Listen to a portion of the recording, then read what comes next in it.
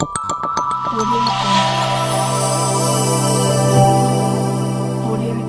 अहद आप तमाम देखने वाले को खुशामदीद करता हूं चाहत मेंटर यूट्यूब चैनल पे। मैं आप लोगों को बताऊं, जैसा कि मैंने जो भी लोग सक्षमता परीक्षा की तैयारी करेंगे उनके लिए कई ग्रुप्स बनाया हूं। उस ग्रुप में स्पेशली जो कल क्रिएट किया उसमें भी आप लोग जो है 1025 लोग जो है, यानी ग्रुप वो फुल हो चुका है। जिसमें मैंने कहा था आज के बारे में कि आज से जो है पीडीएफ हम उसमें डालेंगे।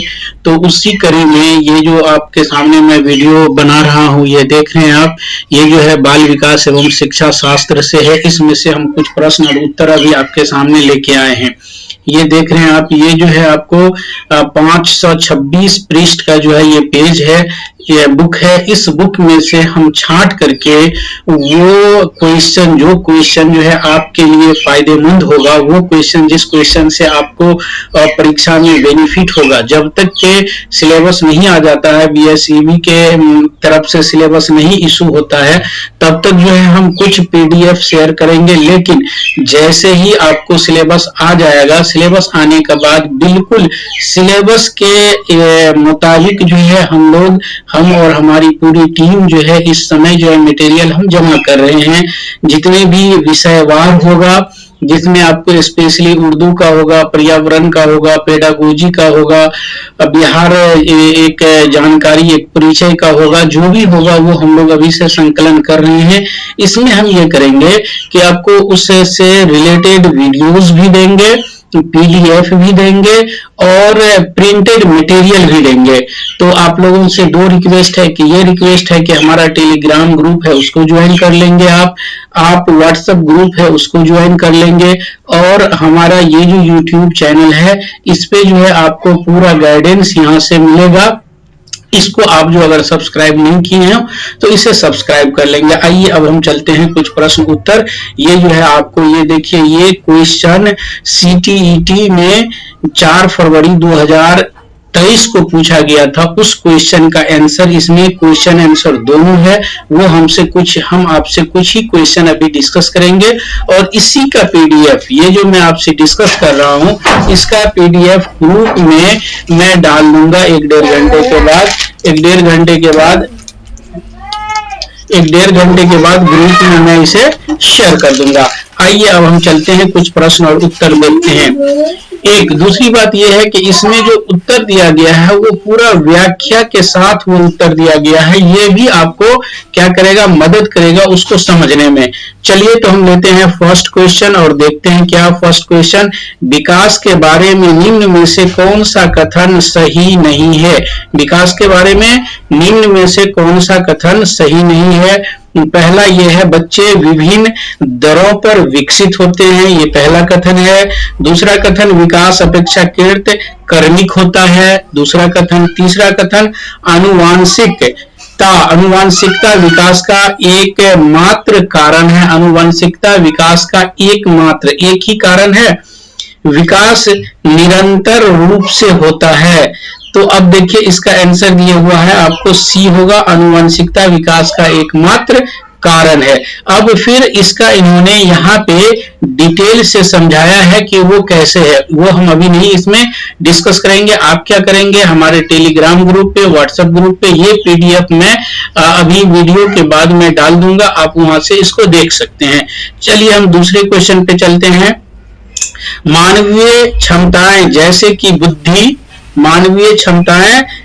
कि बुद्धि, समस्या समाधान और समालोचनात्मक चिंतन का सापेक्ष रूप से विकास के किस क्षेत्र के अंतर्गत अध्ययन किया जाता है? ठीक है, अब इसमें दे दिया, पहला फिजिकल शारीरिक, दूसरा इमोशनल संवेगात्मक, तीसरा कॉग्निटिव संज्ञानात्मक, या फिर मोरल नैतिक। इसका आंसर हो जाएगा सी। आंसर क्या हो जाएगा? सी हो जाएगा। क्या कह रहा है कि मानवीय क्षमताएं जैसे बुद्धि, समस्या समाधान, समालोचनात्मक चिंतन सापेक्ष रूप से विकास के किस क्षेत्र के अंतर्गत अध्ययन किया जाता है?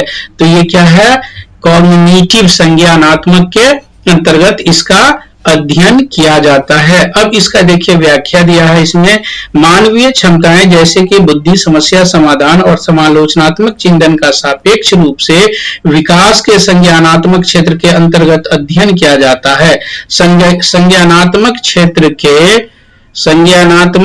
क्षेत्र के अंतर्गत मानसिक क्रियाओं के द्वारा अधिगम को प्राप्त करते हैं।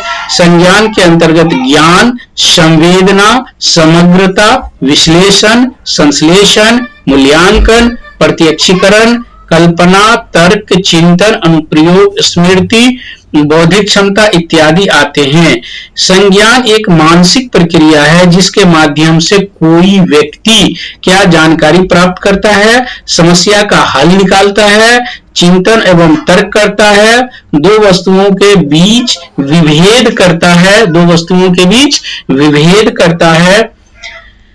यह विकास की प्रक्रिया व्यक्तिगत होती है। संज्ञानात्मक विकास से बालक में सीखने की क्षमता बढ़ती है। संज्ञानात्मक प्रक्रियाओं का विकास शैशव अवस्था से पहले ही प्रारंभ हो जाता है। संज्ञानात्मक का विकास शैशव अवस्था से पहले ही हो जाता है। तो ये आपको समझ में आ गया। चलिए अगला क्वेश्चन देखते हैं हम, क्या है, बच्चे केवल औपचारिक स्कूली शिक्षा द्वारा ही कौशल, मूल्य और रीतियां ग्रहण करते हैं। बच्चे केवल औपचारिक स्कूली शिक्षा द्वारा ही कौशल ग्रहण करते हैं, कौशल, मूल्य और रीतियां ग्रहण करते हैं। अब दूसरा क्या कह रहा है, बच्चों का सामाजिकीकरण एक सरल व रेखीय प्रक्रिया है। ये दो आपको क्या हो गया, अभिकथन हो गया। अब इसमें क्या करना है, यहां देखिए ऑप्शन कह रहा है, ए कह रहा है बोथ, ठीक है, ए एंड आर। दूसरा कह रहा है बोथ ए और आर दोनों सही है, लेकिन आर ए की सही व्याख्या नहीं करती है, ये कह रहा है। फिर सी क्या कह रहा है, A is true but R is false, ठीक है, ए सही है लेकिन आर गलत है। डी कह रहा है both A and R are false, A और आर दोनों गलत है। इसका आंसर क्या होगा, डी होगा। अब देखिए इसका यहाँ पे व्याख्या कर दिया है, हम यहाँ व्याख्या नहीं करेंगे, आप पीडीएफ में वहां देख लेंगे। चलिए अगला क्वेश्चन पे हम चलते हैं। जीन पियाजे के अनुसार 4 नंबर लेंगे। जीन पियाजे के अनुसार व्यक्ति किस अवस्था को प्राप्त करने के लिए समाधान की निरंतर खोज में लगा रहता है। क्या कहा जीन पियाजे, पहला हो गया आपको संतुलन, दूसरा हो गया असंतुलन, तीसरा हो गया आत्मसात्करण और चौथा हो गया सामंजन। तो इसमें आंसर सबसे पहला क्या दिया हुआ है, ए दिया हुआ है, इसका आंसर होगा ए संतुलन। संतुलन, अब इसका जो है यहाँ डिटेल है, इसको आप डिटेल को देखेंगे पीडीएफ में। अगला चलिए प्रश्न हम लेते हैं, परिकल्पनात्मक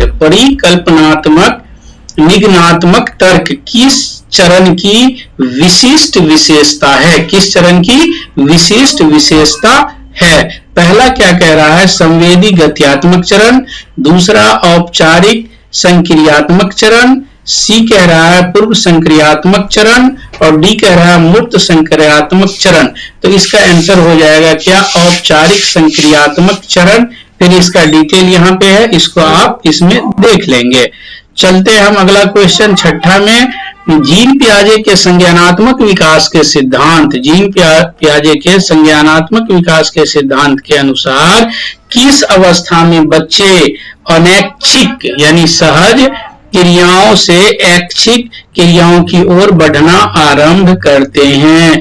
पहला संवेदी गत्यात्मक, दूसरा पूर्व संक्रियात्मक, तीसरा मूर्त संक्रियात्मक, चौथा औपचारिक संक्रियात्मक। इसका आंसर है आपको ए संवेदी गत्यात्मक। अब इसका डिटेल आप उसमें पीडीएफ पे देखेंगे। अगला क्वेश्चन, हेंज दुविधा को सुनने के बाद 8 वर्षीय गुरप्रीत कहता है कि हेंज को पैसा चुरा लेना चाहिए क्योंकि उसे इसकी जरूरत है। नैतिक तर्क के किस स्तर पर बच्चे सही और गलत का फैसला व्यक्तिगत जरूरतों और चाहतों के आधार पर करते हैं। ठीक, तो इसमें क्या हो जाएगा, दंड और आज्ञापालन अभिमुखता, यांत्रिक सापेक्षिक अभिमुखता, और फिर जो है अच्छा लड़का अच्छी लड़की अभिमुखता, कानून और व्यवस्था अभिमुखता। तो इसमें क्या हो जाएगा, बी इसका आंसर हो जाएगा, यानी ये हो जाएगा इसका डिटेल आप जो है इसमें देख लेंगे।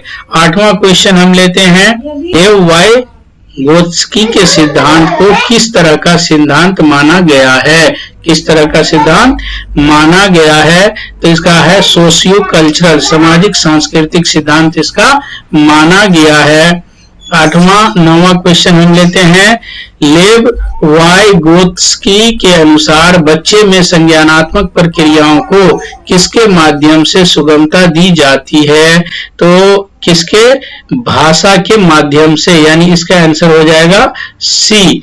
एक और क्वेश्चन हम लेंगे बस, शिक्षा को बाल केंद्रित बनाने के लिए निम्न में से क्या बदलाव जरूरी है, शिक्षा को बाल केंद्रित बनाने के लिए निम्न में से क्या बदलाव जरूरी है, रचनात्मक मूल्यांकन से योगात्मक मूल्यांकन की ओर, कंठस्थ स्मरण से क्रिया आधारित अधिगम की ओर, खोजी अधिगम से व्याख्या विधि की ओर, लचीले पाठ्यक्रम से मानकीकृत पाठ्यक्रम की ओर।